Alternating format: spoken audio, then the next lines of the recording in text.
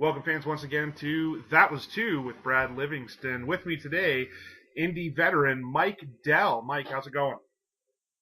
Going good. Thanks for Awesome. having me on. Oh, I'm looking forward to it. So, first question: growing up, were you always a fan of the business? Yeah, I started watching wrestling I think it was like in 1983 when Hogan first became champion. He beat the Iron Sheik. Yes. And that's when I first started watching it. And I have never stopped. When did you think, hey, this is something I want to do? Well, I was a big time into football, and I played football all through my school years. But I also wrestled. But when I got near the end of my my high school years, I started partying a lot, and I kind of blew everything off like an idiot. Mm-hmm. And so the football dream went to this wayside. And there was a wrestling school that had opened up in the town that I was hanging out in. And I was, that was another thing that I was very interested in doing, not only because of the, being in front of a camera and in front of a crowd, but also because of the athleticism and, being able to do, because I miss the athleticism of football. So I went in there. I said, hey, you guys have it's East Coast Professional Wrestling School in New Jersey? And I said, you guys have a payment plan? and they did. They worked the payment plan out with me, and I studied under Gino Caruso, and that's how I got started. Okay, so you started your training in Jersey. Is that where you're from? Yeah. Okay. Yeah, I was born and raised. Awesome, because I noticed that according to Cage Match, and Cage Match is never really 100% the best, most accurate, but it looks like you started your career in Texas. No, yeah, I started my career in New Jersey in '98, '99. Okay. And I was there I wrestled there for 3 years, three and a half years, and then I moved to Texas in 2001. Okay. Yeah, I kind of figured that there was something missing there because that wasn't making sense. So, can you tell us about your first match? Yeah, actually, I kind of got lucky in that aspect. The first match, there was this local cable station that wanted to do like a news thing on the wrestling business, and they found out that it was my first match when they talked to Gino, and so they did like a little like segment on me and my first match, and they showed me training a little bit and stuff like that, and I got this big build up for my first match, and I went in. I can't remember the guy I wrestled. I remember he had a mask though and long hair. I forget his name. He was a good wrestler too. I wish I did remember his name. And but we had a good match. And of course, I guess being my first match, I lost. Yeah. But the place was packed because the school, we used to have the shows at the school. Okay. And the school was in the town that I was hanging out in. So when it came time for my first match, that place was packed to the gills, with all my friends and fans and stuff. And, it was like I was the champ or something, which was nice. Yeah, it was a good experience. I trained hard for that. They didn't let me wrestle my first match until like 6 to 8 months of training. And then they finally let me do a match. And then they got a cable deal, and we were on a local cable station out there as well. So I got trained how to look at the camera, camera, and all that stuff. Which a lot of guys don't get trained in, right, because they're doing they don't have TV usually. So I got lucky in that aspect as well. So you work your first match, and you stuck around Jersey for, did you say 3 years after you get trained? Yeah, I stayed in Jersey for 3 more years, and then I moved to Texas. So what took you out to Texas? I grew up in New Jersey, but I hated the cold. Yeah. And New Jersey was very expensive to live in as well. And a buddy of mine had moved to Texas, and he was telling me how great it was down there. So I went down and visited, and I loved the place. I was like, oh my God, this is awesome. Plus, it was the direct opposite of Jersey. Jersey was like warm 3 months of the year and cold 9 months of the year. Right. And Texas was direct opposite. 9 to 10 months of the year is warm, 2 to 3 months it's a little bit chilly. And so I was just like, oh, that's way better for me. And plus the cost of living was a lot better. It was a lot fairer. Right. So I went down and visited. I loved it, and then 2 years later I moved, down there, and that was it. I took it from there. So what was the first company that you worked for out of Texas? SWWF, Southwest Wrestling Federation. They are now defunct, but I remember J.L. Murillo was the promoter. Okay. For that thing, and he put on some good shows. He was a great promoter, but like as far as like getting a big crowd and the setup and everything was really nice and stuff like that. But as far as like running the company, it was just like How did you get in with them? My buddy that was living here, he went online for me, and he just did a search for wrestling promotions, and it was weird. What was funny was he found SWF. I went and met up with JL at like some diner or something, and okay. He liked my look, and he knew I showed him some pictures, and I told him my experience, and he was like, okay, can you meet me at my school later next week? I said sure. I show up at the school, and I started working with his trainer, and his trainer really didn't know much. I guess he wasn't trained very well, and I started like showing him all this stuff, and JL saw that, and JL was like, did you want to be the head trainer? Wow. Yeah, so I was just like, and he goes, actually, it'd be co-head trainer. The other trainer was Paul London. Oh, sweet. Yeah, so me and Paul were co-head trainers, and the other guy, the guy Alex that I told you I was just wrestling around with, but didn't really know anything. Yeah. He just became a regular student at that point, so it was me and Paul that became the head trainers of that federation. So that's awesome. It was a pretty quick turnaround. Yeah. Hey, how's it going? Want to be head trainer? Okay, yeah, I'm in. Yeah. So one of the companies that comes up as a place that you seem to work a lot in Texas was ACW, IWA Texas. It was run by a good friend of mine, Darren Childs, and he still runs it. I wrestled for them for 2007 through like 2007 through like 2010, I think. Okay. But then I wound up leaving the company because their venue won't allow me on the property anymore. Oh. Yeah, I threw around one of their bouncers, and they were like, "We don't want him ever here again." So we had to do a match where me and Showtime Scott Summers actually did like a career versus title match, and ACW career. Yeah. And that's how we storylined me out. I was still good friends with Darren. Yeah. We don't talk much anymore, but his company is still surviving. It's still out there. That's good. So good for him. But I don't wrestle for him. I don't wrestle do shows for them anymore. One thing that I noticed in there was that you had some matches with Shark Boy and with Joey Ryan. Yeah. Were they mainstays there? Like, were they regulars there, or were they brought in? Well, Shark Boy only came in, I think, for 2 shows. Mm-hmm. And he wrestled me in one of them, and the next day we had another show, and then that was the last I ever saw of him in ACW. Joey Ryan he used to come back a lot. They used to bring him in a lot. So, I'm good. I'm friends with Joey because of that. That's how I met him.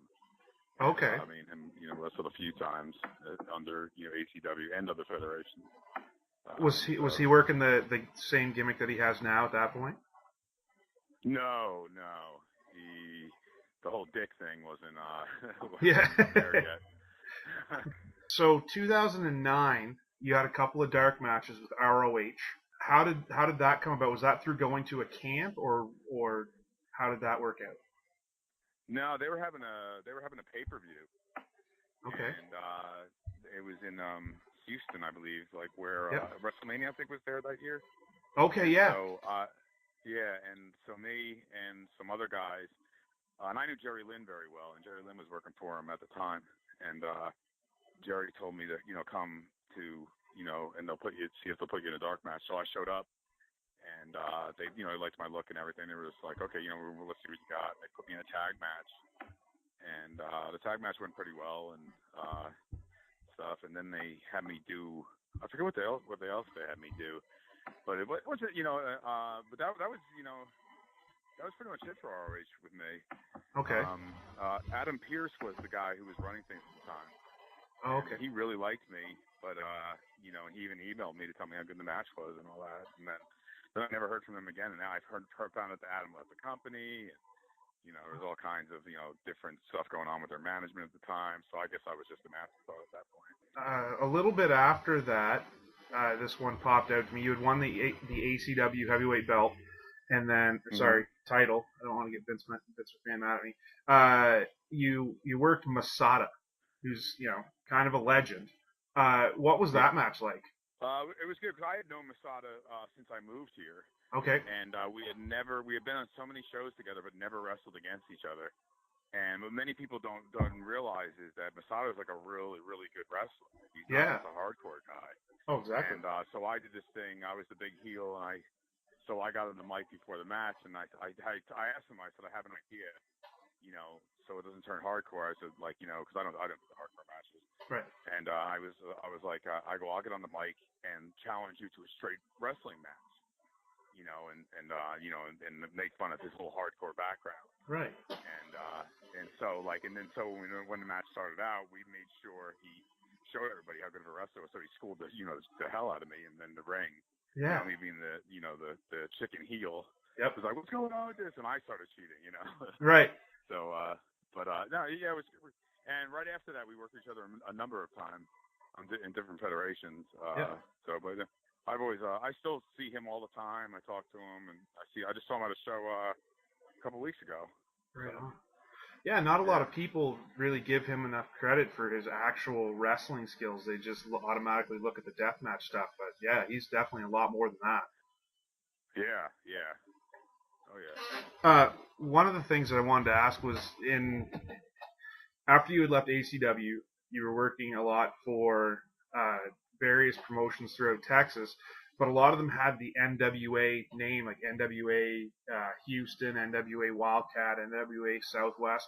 Were they connected like the old school NWA? Like, were they all kind of interrelated, or were they very separate companies? They were. Well, what happened was Bruce Tharp and this guy Tony Brooklyn had gotten the company through some kind of court thing. Okay. From the guy that owned it before, and so they were going to a lot of companies, and saying, hey, can we put you under the NWA banner? They pay a fee, and they have their champions on there once a year and stuff like that. Yeah. And that was pretty much the only connection. Wildcat had, which is a company that I worked for, which is based in New Orleans, Louisiana. Luke Hawks runs that company. Okay. Once Tony and Bruce came in, he took his company out. It just became Wildcat, and Wildcat's like, way bigger now than it was then. They have TV and everything out there. Yeah, so, but a lot of the companies, so for a little while there, everyone was jumping on the NWA bandwagon, and now, like, almost all those companies that I remember don't carry the NWA, moniker anymore. I think Bruce sold the company, too. I think Billy Corgan owns it now or something like that. Yeah, I think you're right, yeah. Smashing Pumpkins. Yep. He was with TNA there for a bit, or Impact. Right. 2013, you started kind of working a little bit more back this way, back home, and you worked for AFA's WXW, was the first match that I saw with Joey Janela. How did it come about working for AFA's promotion? Oh, that was a different. This happens a lot. That was a different Mike Dell. Oh, they even had it on your thing. Guard. Oh, yeah, they even had that on here as you. Mm-hmm. Jeez. Okay, so you didn't work for WXW. No. So, do you stay? You did come back home though, right? Back to New Jersey. Yeah, I actually did. I did Philadelphia recently with Wildcat. I wrestled Homicide and yes. I forget the other guy's name in a triple. It was at the old ECW arena. Oh wow! Back in June. Yeah, back in June of this year. Okay. Yeah, and that was a lot of fun. It was a huge show. We were, that was it was kind of nerve wracking, because it was almost like we're like, man, we got to really, really do our best, right. Show and so. But besides that, it was fun. But yeah, that was my way back up there. But I don't get up there. I don't get up there much. So it was really nice to be back around that area again. Working in Texas, obviously that's where a lot of some really, really big names have come from.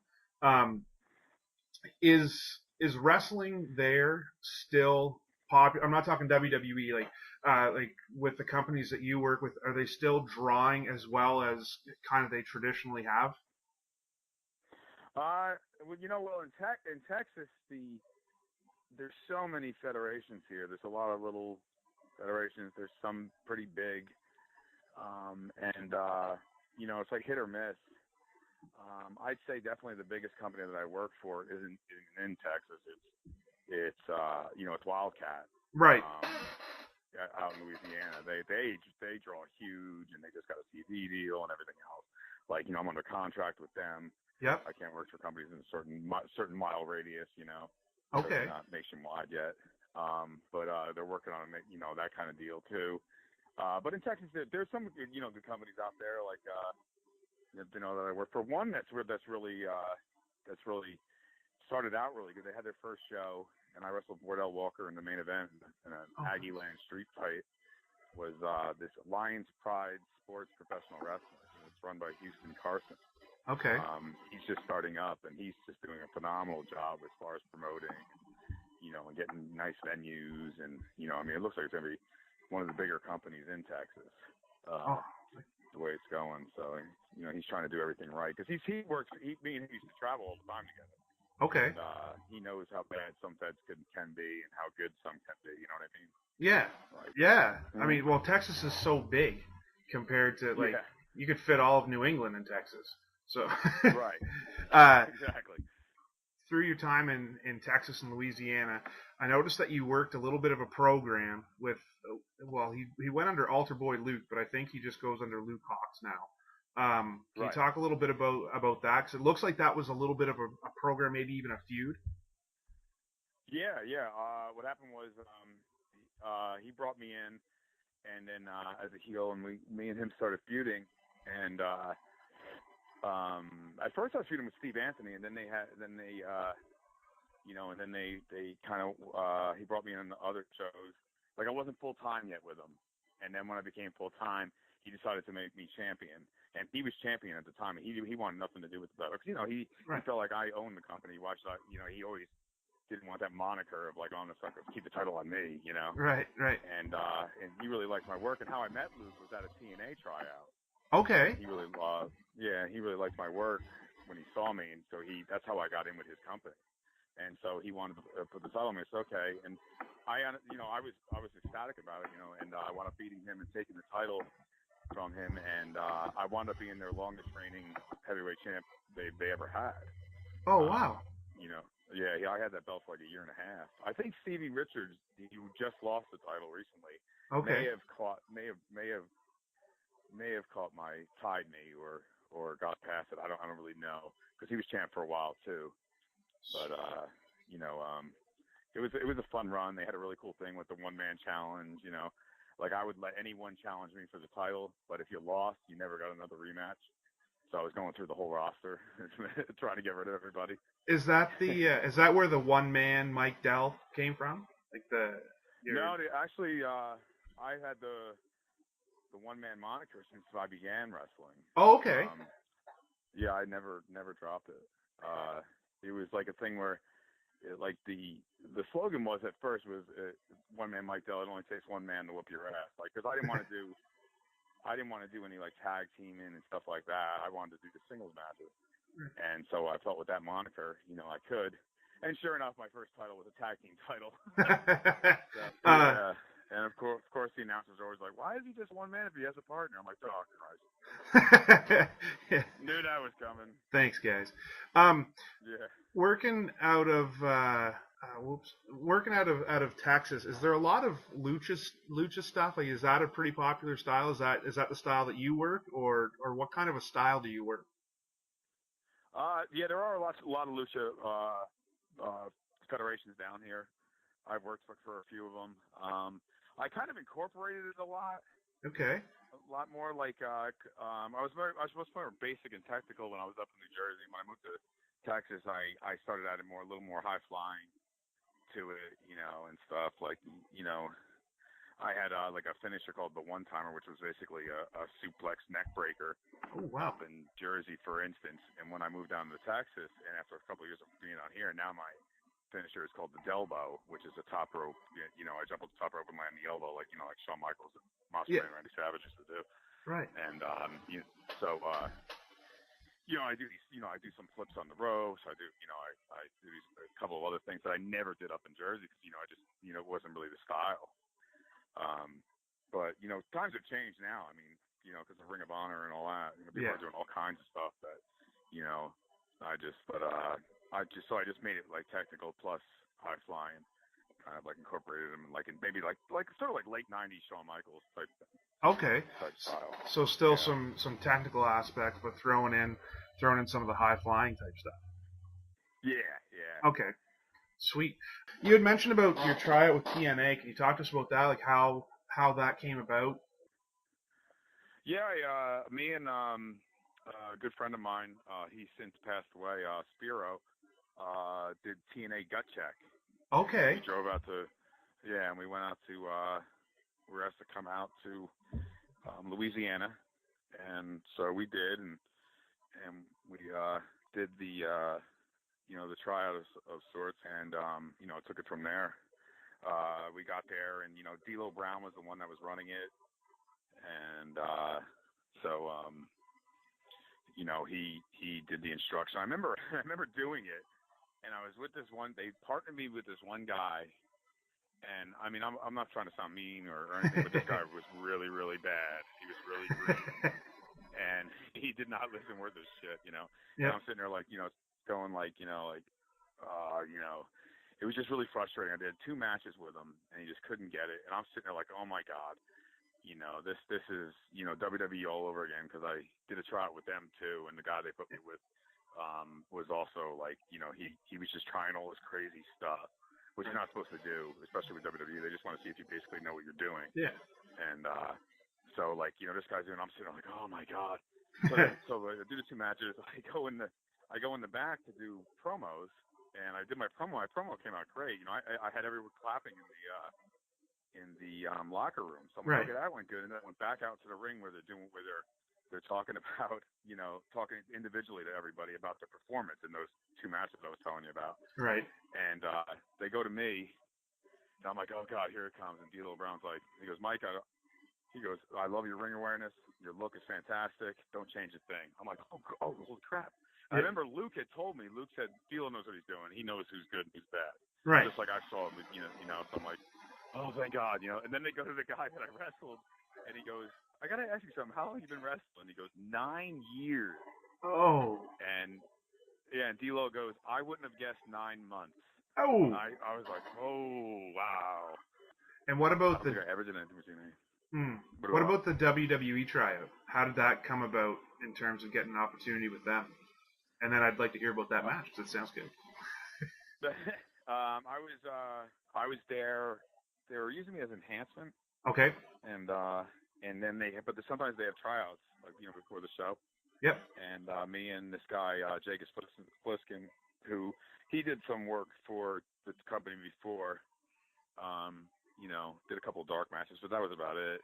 So he felt that he was like, and you know, I knew him at the time. Yeah. He felt that he could do whatever he wanted in that ring. We got in the ring, and he starts, you know, just trying all this crazy stuff. And Jamie Noble was like, done, stop. Stop. And you know, I was just like, pissed. Oh God. And so, not again. I think they want, So I think they wound up using me as like you know, just like a camera dude for Melina's entrance that night. Okay. All right. Yeah. That's the something. biggest thing I ever did with them was when I played Dr. Corbett for Dean Ambrose. That was the biggest thing I did for WWE. Well, I think that's where I had seen you the first time, because I mean, we don't get a lot of Texas wrestling up here, right? So yeah. So what was working with Dean? Dean was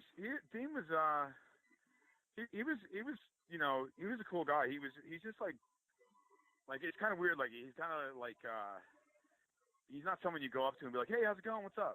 Yeah. You know, because he's like kind of to himself. But a lot of the guys in WWE are like that, because from what Stevie Richards told me, like the reason when you're back there, it's all business. Like it's not like an independent locker room where everyone's joking around and messing with each other and stuff like that. Back there, I mean, everyone's walking around silent and hardly talking, unless they're really big stars like Cena and stuff like that, who really have no fear of their job ever being taken away from them. Right. And Stevie Richards had told me, since you've been there, he's like, that's because everyone's in fear of their job. And I was like, oh, so Dean, me and Dean were in the scene, and we do the whole thing. And then afterwards, I went up to him, I was like, hey, Dean, thanks. And he was just like, oh, no problem, and then we started talking. He opened up because, he got to know me a little, and he's talking to me about Vince, and how, like, the only thing that matters is what Vince says in this place. Doesn't matter. The top wrestler can come up to you and be like, you did a great job. If Vince doesn't like it, doesn't matter. It's not good. Right. And but Vince really liked the segment because Dean had actually watched the segment next to Vince because we filmed it and then we made it appear and then then Raw started like an hour later and then they did like a minute vignettes, like four vignettes of it, 4 parts, and and Vince was laughing his ass off. According to Dean, he goes, so he goes, it was a really good job, and stuff. I was like, oh wow, that's awesome. And I saw it was like on the top 10, best moments of the year or something like that in that year, and so which I was pretty proud of. And definitely. Do you watch the product now, like in terms of the product, like wide range, like? Oh yeah. I mean, in my eyes, you kind of cannot be. I mean, it's like I don't watch TNA. I never really got into that product. I was not a fan of the 6-sided ring at all. And I don't know. I just never got into that product. But WWE, I mean, I still watch Raw and SmackDown every week. Yep. I watch it on Hulu. On my own discretion. But I never, miss because they're the best of the best there. Right. If you don't watch them, who are you gonna learn from? I mean, Ring of Honor's got, fantastic talent as well, but compared to WWE, they're still, you would still be considered green. Right. Some of those guys, but there's a lot of those guys in Ring of Honor that just should have been signed but never were, and those guys are really good. But for the most part, it's like the main product, that you got to watch is, I mean, what do you strive for? You strive to be in WWE. I mean, that's the top of the mountain. Exactly. So I figure, why wouldn't you watch that? You had mentioned about when you first get out to Texas, and the trainer wasn't really trained, and you kind of see that in a lot of areas. I'm not sure how true it is down in Texas, but I'm figuring it's the same as everywhere else. Is that you have wrestling schools that are kind of run by guys like that, and then you have wrestling schools like Rip Rogers running a wrestling school, or guys that have made it. Can you talk about the importance of doing your research? Yeah, definitely. I mean, you got to find someone who's got a good background and not just some like half-assed indie wrestler who never did anything. You don't want to get yourself by someone like that because you're going to get yourself hurt or you're going to hurt someone else. Gino, his school, he did a lot of work for WWE, and WCW. So he knew the business, pretty much inside and out. He knew how to train the basics, and he knew, he was like, I'll teach you all the basics and make sure you got that down flush. And you want to do the high flying stuff, learn from somebody else. Right. Yeah. So, you just learned that on your own from other guys, but he made sure that you were safe, you were, you knew what you're doing and stuff like that, and I'll always remember that. Because when I came down there, I mean, he must have done a good job, because when I got down here, there was like, who taught you? Oh my God, I was like, oh, well. So, he must have done something right. Right. But yeah, I mean, I see wrestling schools all over the place that, that are just, they're not even schools. They're just like, and they're throwing guys in, like they're training guys for like a week, and they're throwing them in matches at shows, which is just completely ridiculous. And then they wonder why their shows don't draw, and and it's just like, well, you have these guys that really aren't even completely trained, and you're throwing them in main event matches and all this. It's just ridiculous. Yeah. Well, so it's dangerous. Like, as a referee, I've been in the ring with like Teddy Hart's and Rene Dupree's, and then I've been in the ring with guys and girls that have zero training, and it's dangerous. Like, even for myself as the referee, like I can't read what they just kind of start doing stuff. It's scary. Yeah. You had kind of mentioned your first title was a tag belt. Do you have a preference between singles and tag, and why? I prefer doing. It's cool. It's kind of fun. Like back when I was younger, it was like singles all the way. I hate doing tag matches, because as you get older, even though people tell me that I'm better, each year I'm getting better and better and better.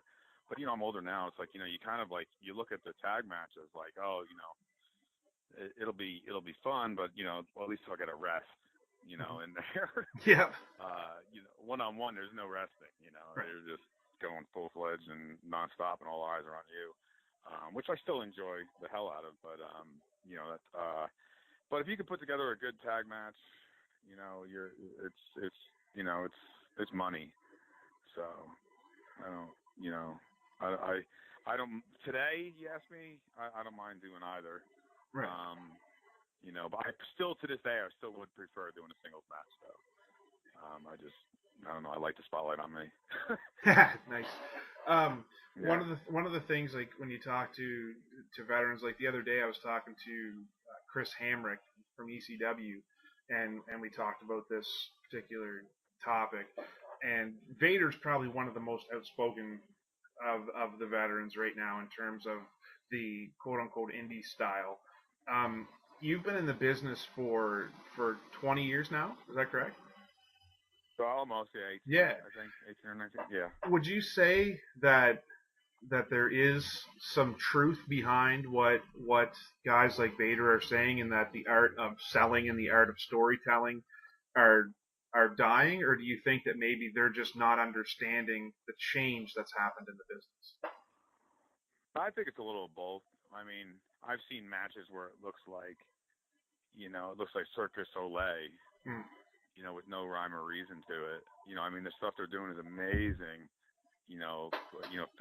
physically, but it's just like, well, what I don't get what's going on here. But then there's matches I see. I mean, like you watch WWE, there's psychology, there's storyline, there's everything there, and the high flying and the crazy stuff. They know how to incorporate it all together. Then I think it depends what area you're in. I notice Japan kind of likes it, a little more Cirque du Soleil kind of stuff. Yeah. Of course, lucha, that's just. Yeah, that's nonstop. That's nonstop, and it's been like that for 50 years, and that's never going to change, and that's what they like. That's fine. Yeah. So I've watched matches, and people have asked me to critique their matches, and guys go out there and they do all this crazy stuff, and in the back there, what'd you think? And because the crowd was liking it and stuff like that, but they were also kind of confused. I was like, honestly, there was no rhyme or reason to the match. I said, I don't get what you guys were trying to do. Mm-hmm. From a storyline standpoint, the match was horrible. Athletically, you guys looked great. But some of the stuff was just way too choreographed, way too this. And I remember I did a show for ACW actually, and these guys were doing all kinds of crazy stuff. In the main event, it was me and Jerry Lynn, and they did everything under the sun you can think of in these matches, and it was making they made no sense. And I go to Jerry, what are we gonna do? They did all this stuff because I was younger in the business. I didn't really know much at the time, as much as I do now. But I knew psychology and stuff. And he goes, well, you know what we're gonna do? We're gonna wrestle. And so we go out there and we did a match where we started off with the lockups and slowly built up to the high flying stuff. And sure enough, we got match of the night. So it was it's just how it is. It's just like someone. They're throwing the climax out there right in the beginning of the match, and then it dies down, which would be the opposite. Right. The trainer was always like, you build up to the climax. So the fans have a reason to stay into the match, and so that's how I was taught, and that's all Yeah. And that's what I like when I watch matches. I like to see that. I like to be on the edge of my seat when I'm watching a match. Oh my God, it's getting so good. Yeah. So. Is that something that Gino taught as well as the basics was, how to properly put together a match? Oh yeah. big time. Those are actually his words with the whole, you start off slow, build, build, build, build, build until, boom. And he was persistent on that, like, big time. At first when you're young, you really don't, you're like, whatever, and you go out there and you do your own thing. You think, like, I'm going to do, tilt the world, head scissors, hurricane on it, and stuff like that right in the beginning of the match. The crowd's going to love it. Mm-hmm. And you learn the hard way. You go out there, boom, boom, you start with those in the crowd, like, maybe you'll get maybe a big pop at that point, and then all the rest of the match are like, boo, boring, right? Because you're not topping what you already did. Yeah. And so. In terms of face and heel, do you have a preference there? I prefer heel. Only because you have more interaction, I think, with the crowd. Yep. But over the years, I've learned to be heel or face and kind of like, still be able to interact. Yeah. With the crowd. There's so many federations that brought me in as a heel, and I do my thing, and the crowd loves it, and they laugh or whatever, and and they get behind it, and they're just like, and they turn me face like a month later or 2 months later, because they're like, they like you too much. I'm like, what do you mean? No, I want to be face. I want to be heel. So what? Can you explain your heel character and why you think that the fans turn you face? The heel character is like, he's not like a total like evil. I'm like a total evil heel like that. I've never been that. Right. I've been like basically a guy who's really good at what he does, but the problem is that he knows it. Okay. He knows he's good. You know what I mean? So it's really, narcissistic and very like, you're not going to beat me. You can't beat me. I'm too good, and stuff like that. And, you go out there and, flexing and, trying to get the chicks involved and all that stuff. Just being a total, like, prick at first. And then, but they start to like it. They start to, they really take it. They're like, oh my God, he's so funny. Or like, oh my God, that's so cool. And they, and then, so when they turn me face, I kind of like keep the same persona, but I tone it back a little bit. It's not like totally, I actually start slapping hands and stuff like that. But then I still get on the mic and I'm still like, kind of like, kind of like an ass. Yeah. To a point. The indie scene, like, I mean, I've been a fan since the early '80s, as long as I can remember. Anyway, I just got involved in the business about a year and a half ago as the announcer, and then I was told, "Hey, we want you to ref," and I was like, "Oh, okay, cool, I'll try that." But one thing that I've noticed is that the indie scene itself seems to be much bigger than I ever remember it. I mean, obviously in the early '80s when you still had different territories, it was big. But the indie scene, this is the best I've seen it. Why do you think it is that the indie scene is becoming so hot right now? I mean, that's a good question, because there's like, there's so many federations out there, but you're reading about all these guys that used to be in WWE, and now they're making more money on the indies than they ever did with WWE. Right. And you're just like, what? And that blows my mind. And it's just, I guess it's just notoriety in these companies. Like, I think like Cody Rhodes, like he just said in an interview, it's his first year making 7 figures. Wow. And, in WWE, he never made that, and which shocked me. Yeah. You get your merchandise sales and all that stuff. So I have no idea, what caused it. I mean, it's great to hear, because, back when, I started, it was a good time to start if you were up there in the big leagues like WCW, ECW, or WWF, because everyone was fighting over all the talent. But then when WWE took over everything, it was just like, okay, now all that was left was the indies, right? And some super indies, like Raw, Ring of Honor and stuff like that. Well, Ring of Honor's become very big now. They're, I think, if not bigger than TNA. Oh, definitely. But yeah, so my opinion, but. Yeah, it's amazing. I mean, I'm glad to see it. I wish it was like that, for me 10 years ago. I'm not getting any younger. So you've worked for quite a few promotions. What for you as a worker makes for a good indie company? I think professionalism. I think promoting is the biggest thing. If you've got a show and it's just not being promoted well, and also the talent that you have on that show, if you're just like throwing talent on that show and you're not promoting it well, it's just, you better pay me a lot to be there. Because I'm just there for the money at that point. Right. Now, if you're at a show that's been promoted well, they've got really good talent on the card, so people are going to want to come back and all that stuff. And you're getting some exposure. Then that's what I like to see, and and that's where I could be a little more lax on how much you're going to pay me. Yeah. But that's how I look at it. I don't know if people agree with that or not. That's just how it is. That's what I tell people. I was like, if you're going to go do some, crap show, make sure you get paid. As a worker, what makes, in your mind, for a good referee? I'd say one that basically knows the rules and actually like sticks by them. I know, there's some things and they listen. That's how I look at it. There's so many times I've seen matches where referees will sit there, like as an example, the count to 3, which is the easiest thing in the world. Right. And they'll 1, 2, and they'll like kind of hold back on the 3. Yeah. Because they don't know if that's the end of the match or not. And it's just like, that shouldn't matter to you. Yeah. Just count the damn 3. If they don't put their shoulders up, screw them. Yeah. It looks so bad when a referee does that. It just like it just throws the word fake right out the audience. Here you go. Yeah, exactly. Obviously, this is what this is. And it's like, oh, come on. Yeah. If somebody were to come up to you and say, Mike, I want to watch 1 or 2 of your matches, what matches would you say to somebody, this is what you need to watch so you can see what I'm all about? I would say one of them would be me and AJ Styles. That's on YouTube. It was just such a clean, crisp match, and it had like a little bit of everything. Yeah.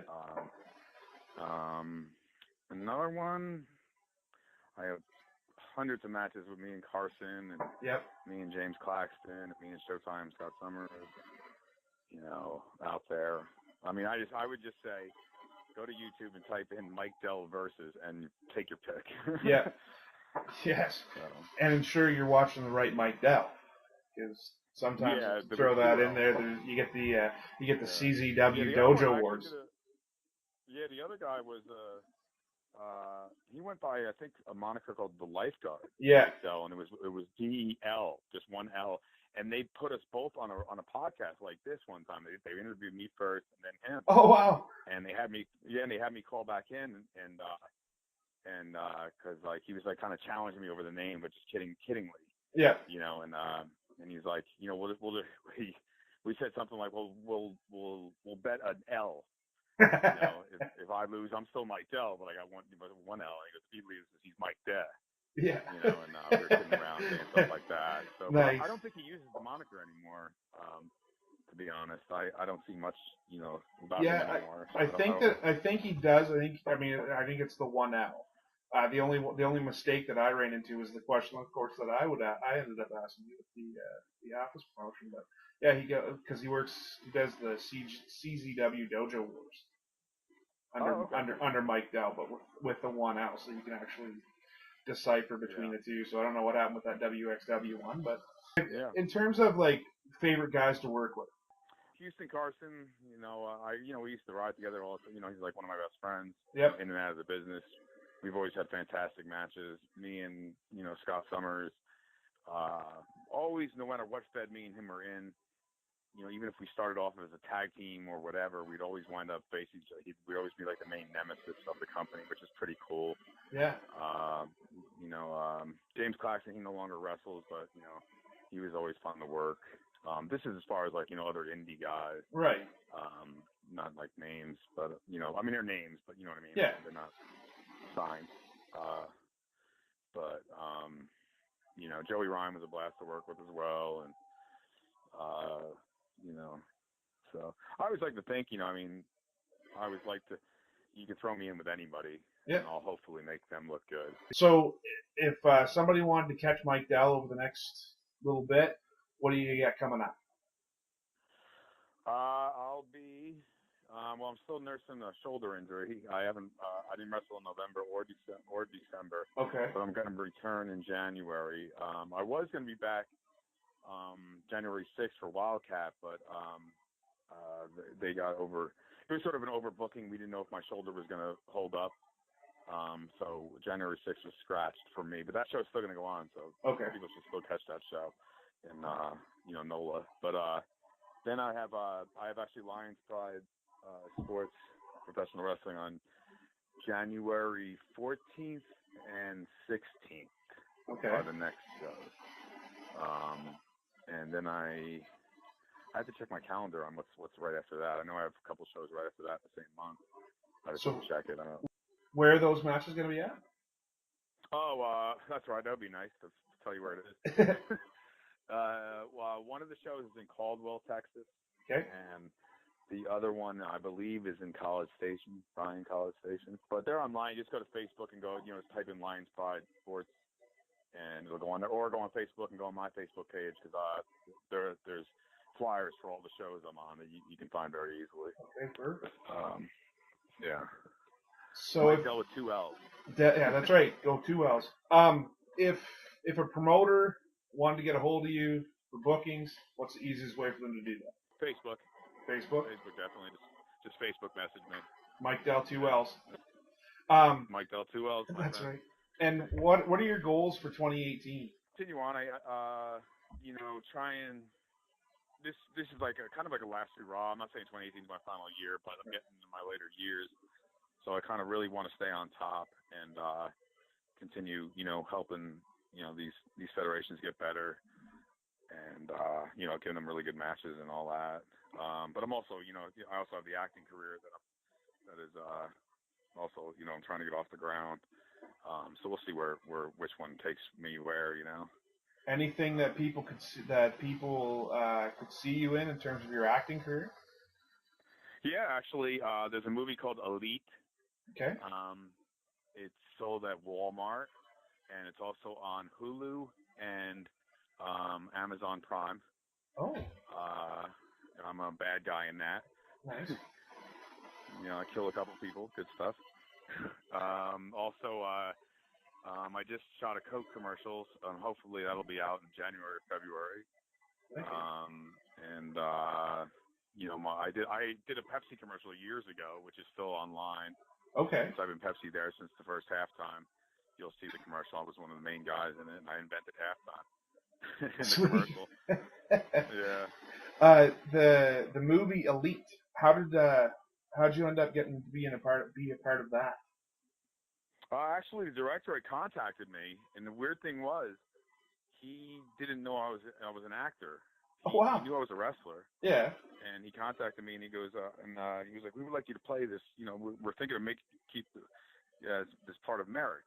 He's this badass dude that's basically the head bad guy's, henchman." Yeah. I was like, okay. I was like, and he goes, he goes, "Have you ever acted before?" So I was like, "You realize I'm an actor too, besides the wrestler?" He's like, "You are?" He goes, "Do you have a reel?" I said, "Yeah." I sent him, a reel of my work. Yeah. At the time, and he was like, "Oh my God, okay." And then he brought me over for dinner, and me and my wife, and then he offered me the part the next day. Wicked. And that was it. We'll watch that tonight. Yeah, definitely. Check it out. It's a good movie. Yeah, very nice. Well, listen, I can't thank you enough for taking the time to chat it up and talk about your career and all that stuff. That was awesome. That was a lot of fun. I really enjoyed it. So hopefully you did too. Yeah, me too. Right on. Thank you so much. This is Brad McLaughlin for That Was Two with Mike Dell.